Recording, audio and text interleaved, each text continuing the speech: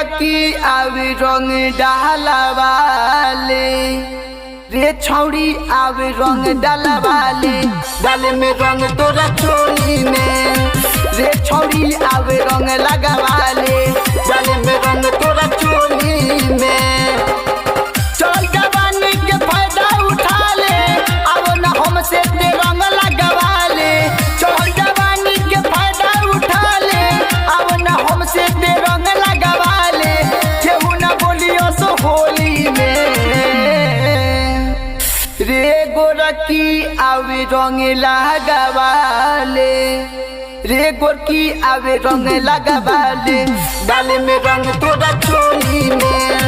रे गोरकी आवे रंग लगावाले डाले में रंग तोरा चोली में डाले में रंग तोरा चोली में चोली में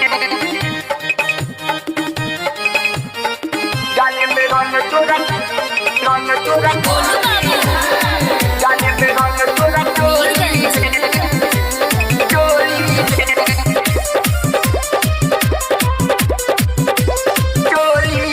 देखी चढ़ल बा जवानी चुए मुहवा से पानी देखी चढ़ल बा जवानी चुए मुहवा से पानी तोरे गोरे गोरे बदनिया जल्दी चल हेले रानी नहीं होई परेशानी ये ऊपर बाटे रनिया देख न पाई सुन के उरे गोरकी डाले में जादे रंग ना हो मैं गोरकी देख न पाई सुन के उरे गोरकी डाले में रंग जादे ना हो मैं गोरकी बाटे ना नाचा तोरा बोली में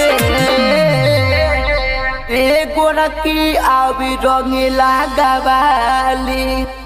रे छौड़ी आवे रंग डालवाले डाले में रंग तोरा चोली में रे छौड़ी आवे रंग डालवाले डाले में रंग तोरा चोली में डाले में रंग तोरा चोली में चोली में डाले में रंग तोरा डाले में रंग तोरा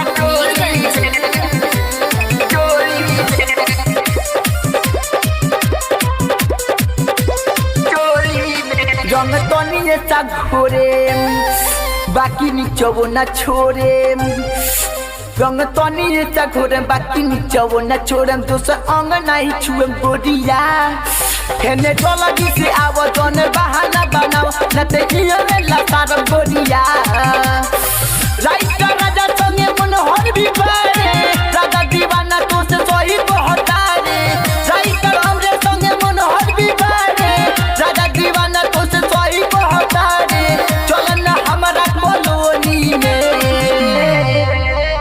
ए गोरकी आवे रंग लगावाले रे छौड़ी आवे रंग डालवाले डाले में रंग तोरा चोली में रे छौड़ी आवे रंग डालवाले डाले में रंग तोरा चोली में। चांदनी डिजिटल रिकॉर्डिंग स्टूडियो रामनगर।